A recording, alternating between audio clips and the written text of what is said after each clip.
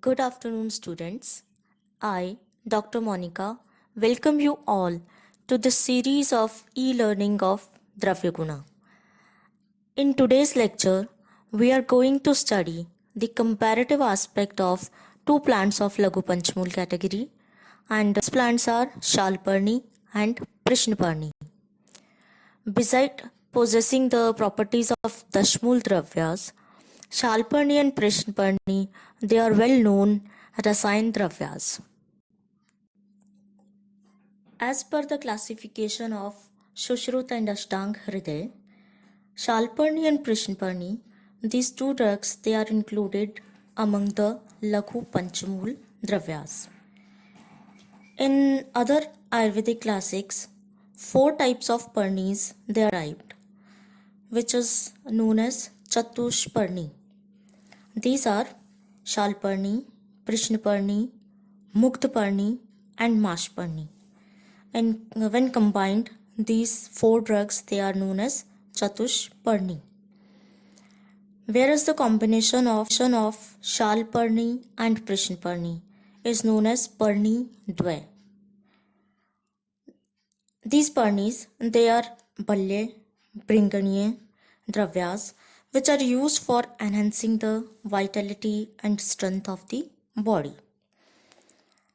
In Charak Samhita Agray Prakran, Shalparni is considered as the best Vrishya and Sarvadoshar Dravya, and Prishnaparni is considered as the best Deepan Sangrahi Vrishya Vathar Dravya.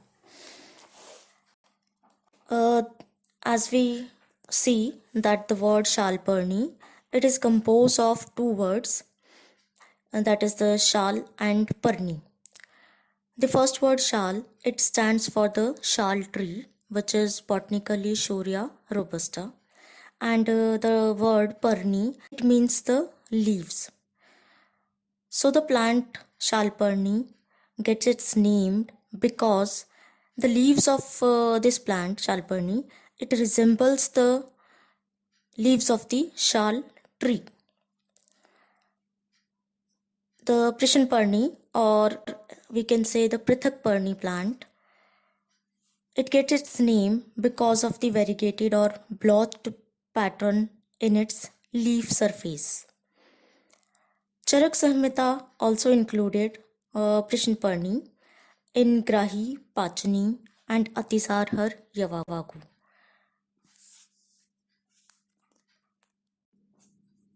Botanically, Shalparni is Desmodium gangeticum and Prishnaparni is Uraria picta.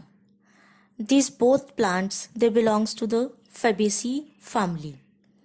In Hindi, Shalparni and Prishnaparni are known as Sarivan and Pithivan respectively.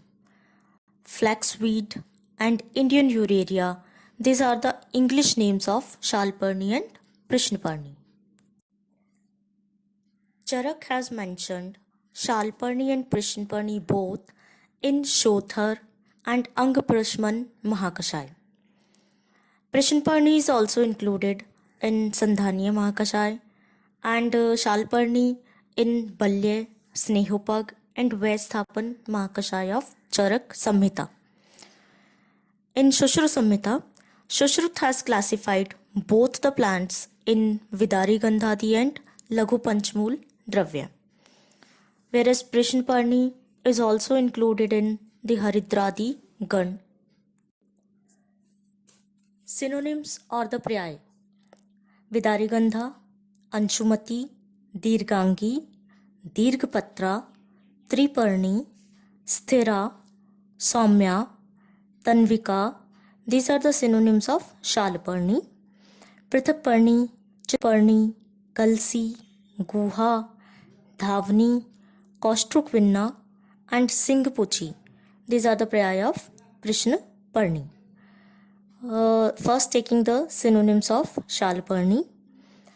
The synonym Vidarigandha, it specifies that the plant or the root, especially the root, they have characteristic aroma which resembles the aroma in the rhizome of Vidari. Vidari The plant Vidari is botanically Pureria tuberosa. The word Anshumati means that the root of Shalperni, they are thin and thread-like. The synonym Dirghangi, it means that all the parts of the plant, especially the roots, these are of larger size. The synonym Dirghapatra, which means long leaves, also confirms this fact. The synonym Triparni, it indicates the trifoliate appearance of the leaves of Shalparni. Another synonym Sthira, it means that the one which gives strength to the body. The plant has given this synonym because of its rasayan properties. Soumya, it means that the herb is Somgun dominant. The synonym Tanvika, it specifies the long, slender, branching pattern of the herb. Now coming to the synonyms of Prishnaparni. The synonym Prishnaparni, or we can say Prithakparni and Chitraparni, they signifies the variegated or blotched pattern, or we can say the presence of white patches which are present throughout the upper surface of the leaves of Prishnaparni. These marking or these white patches, they are the characteristic identifying feature of Prishnaparni plant. The synonym Kalsi, it means that the drug is aphrodisiac or vrishya in action. The synonym Dhavani, it is derived from a phrase Dhavati Prasar iti.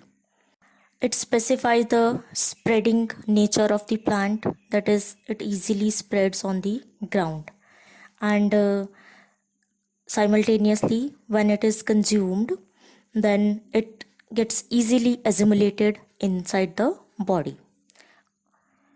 The synonym Guha, it specifies the deep-seated roots of the Prishnaparni plant. There are two other important synonyms of Prishnaparni, which is Kostrukvinna and Singpuchi. Kostrukvinna and Singpuchi, these two synonyms are used for the inflorescence of this plant. Kostrukvinna and Singpuchi means that the fully bloom inflorescence of Prishnaparni, they resembles the puch, or the, we can say, the tail of the jackal, a tiger.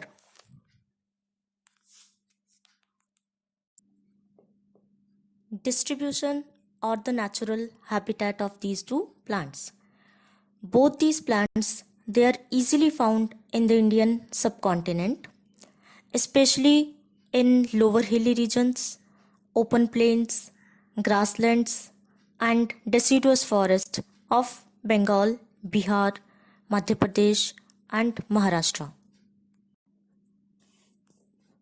Morphology of the plant, or how the plant look like.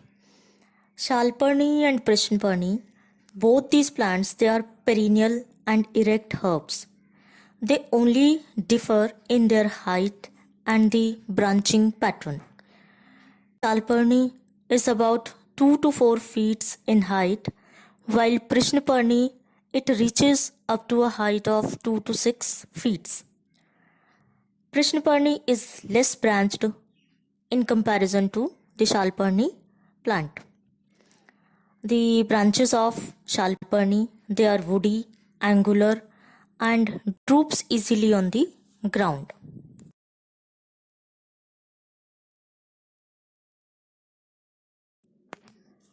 Leaves. The leaves of Shalparni, they are simple and are arranged alternatively on the branches. The shape of the leaves is ovate to oblong. They have acute apex and are about 3 to 6 inches in length. Whereas the leaves of Prishnaparni, they are imperipinnate compound, oppositely arranged on the branches, and the number of leaflets there is about 3 to 5. Each leaflet is 10 to 20 centimeter in length, almost 2 centimeter in width, and are linear to lanceolate in shape. The characteristic identifying feature of the leaves of Prishnparni is the presence of irregular white patches on its upper surface, whereas the upper surface of Shalparni leaves it is glabrous, and the lower surface it bears abundant minute hairs. Both these features they are clearly visible in the next slide, which shows the leaves of both the plants.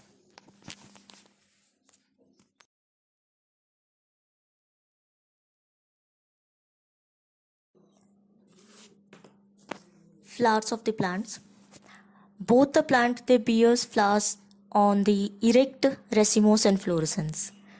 The inflorescence is terminal in case of Prishnparni and axillary or terminal in case of Shalparni.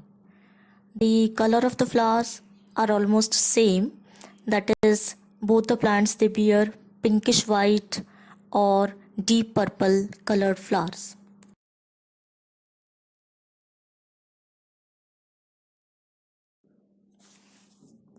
Fruits. The fruits of Shalparni they are 2 to 4 centimeter thin and flat pods. These pods are subfalcate in shape, and they are usually studded with minute hairs which enables them to stick on the clothes. Whereas the pods of Prishnparni they are 4 to 8 centimeter in length, pale lead colored, they have smooth surface and white in color. This picture shows the fruits of Shalparni and Prishnparni. Roots. Shalparni roots they are cylindrical, smooth, light yellow colored, and usually deep seated in the soil.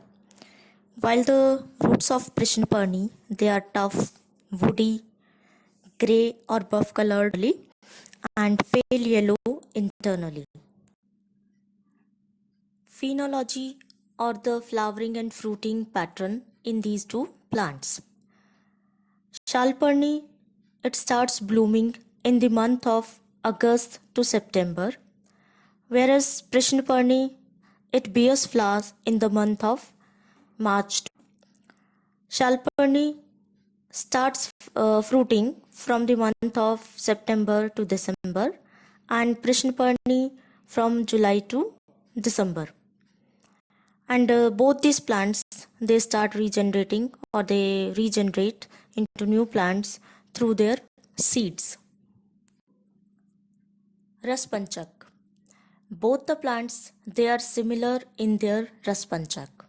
That is, have Snigdh gun, Madhur Tikt Ras predominant, Madhur Vipaki, Ushna Virya, and subsides all the three dosha. That is, they are Tridoshamak.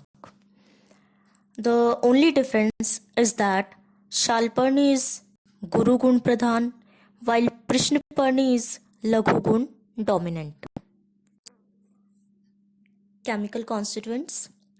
The roots of both the plants they are enriched in many antioxidant compounds like the flavonoids, isoflavonoids, terpenes, terpenoids, steroids, sterols, amino acids, and fatty acids.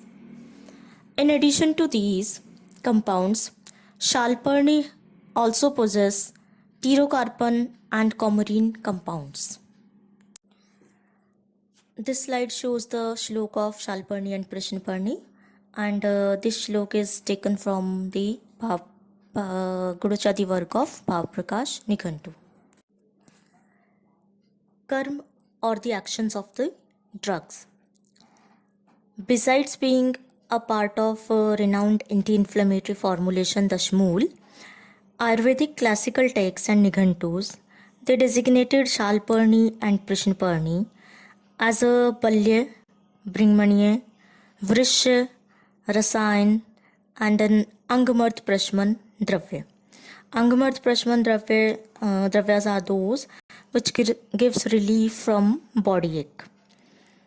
The other karms or actions of Shalparni are Snehan, Snehans that which induces oleation in the body.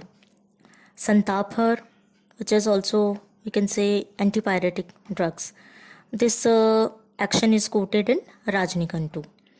Vaisthapan, which is known as anti-aging. Mutrajanan, Vishagna, Krimegna, and Kaf Nisarak. Kaf Nisarak drugs are those the expectorant drugs. The karma of Prishnparni are Vrishya, Vathar, Sangrahi, Sandhanya drugs are those which promote the union or breakage. Deepan, Anuloman, Daha Prashman, and Jivanunashak. We can say Jivanunashak as disinfectant drugs. Indications. In ethnomedicinal practice, Shalparni and Prishnparni as single drugs, they are prescribed in strength promoting and as a rejuvenator or rasayan dravyas.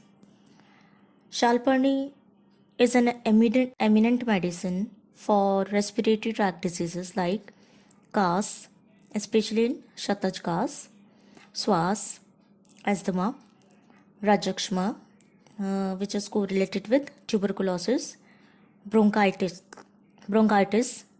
pleurisy, and other inflammatory conditions which involves the lungs.